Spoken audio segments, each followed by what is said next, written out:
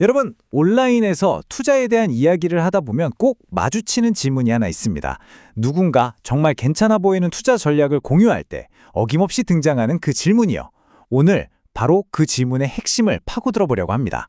바로 이 질문이죠. 아니, 그게 진짜 그렇게 좋은 거면 혼자만 알고 돈 벌면 되지. 왜 굳이 다른 사람한테 알려주는 거죠? 이거 사실 굉장히 날카롭고 또 당연한 의문이잖아요.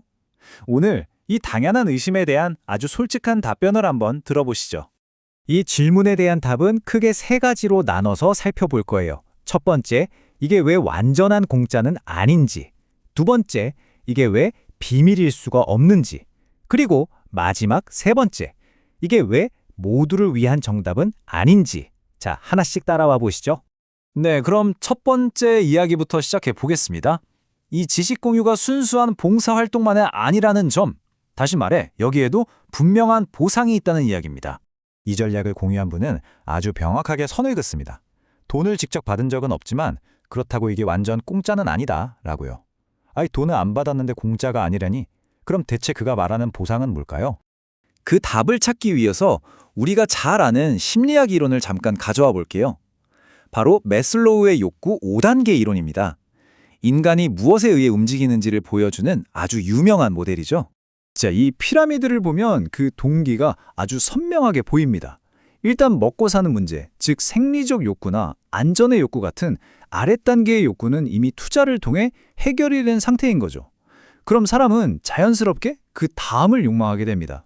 바로 다른 사람들에게 인정받고 싶은 존중의 욕구, 그리고 자신의 능력을 최대한 발휘하고 싶은 자아실현의 욕구, 바로 이 상위 단계의 욕구가 그를 움직인 겁니다. 그러니까 핵심은 이거예요. 그가 얻는 보상은 현금 같은 유형 자산이 아니라 바로 여러분 같은 청중의 관심과 인정, 그리고 주목이라는 무형의 자산이라는 겁니다.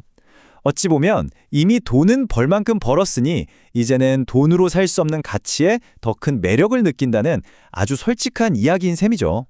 좋습니다. 그럼 두 번째 포인트로 넘어가 볼게요. 이 전략이 왜 비밀이 아닌지, 아니, 왜 비밀이 될 수조차 없는지에 대한 이야기입니다. 이건 앞서 말한 동기와도 아주 깊게 연결되어 있어요. 우선 이분은 다른 사람들의 투자금을 끌어모을 이유가 전혀 없다고 말합니다.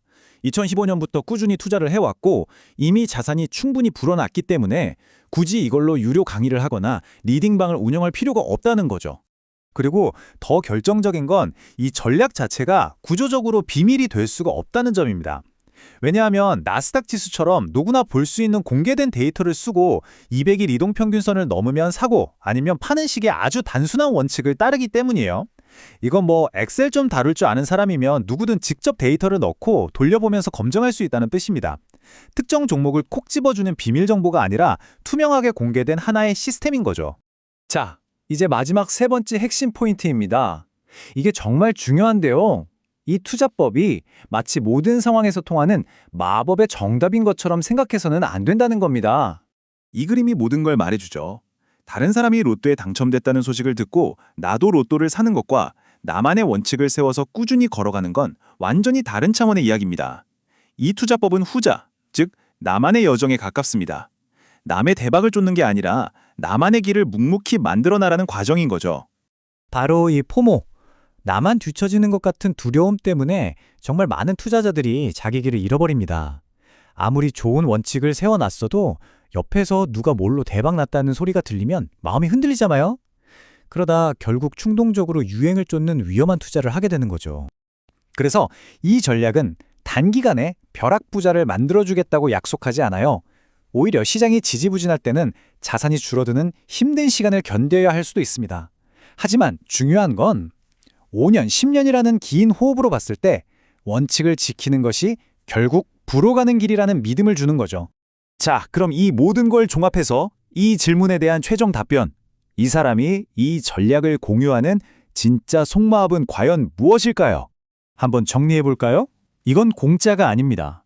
보상은 돈이 아닌 인정이니까요. 또 비밀도 아니죠. 누구나 검증할 수 있을 만큼 투명하니까요. 그리고 모두를 위한 정답도 아닙니다. 이건 각자가 걸어가야 할 개인의 길이니까요. 그렇다면 이 모든 걸 넘어서는 진짜 이유는 뭘까요? 바로 이 한 문장입니다. 이게 바로 감정적인 핵심이죠. 이 길을 혼자 가고 싶지 않다. 커뮤니티에 대한 갈망, 그리고 이 경험을 다른 사람들과 함께 나누고 싶은 순수한 마음이 담겨 있는 겁니다. 결국 이 모든 공유의 과정은 자신의 투자 여정을 기록으로 남기는 일이자 그 원칙을 통해 삶이 어떻게 성장했는지를 보여주는 연대기 같은 겁니다. 그리고 무엇보다 그 길고 외로울 수 있는 여정을 함께 걸어갈 동료, 즉 커뮤니티를 만드는 과정인 거죠. 오늘 이야기를 마무리하면서 여러분께 마지막 질문을 하나 던지고 싶습니다. 과연 지식이라는 건 나 혼자만 꼭꼭 숨겨둬야 하는 걸까요? 아니면 함께 나눌 때 더 빛나고 더 큰 가치를 갖게 되는 걸까요? 이 질문에 대한 여러분의 생각은 어떠신가요?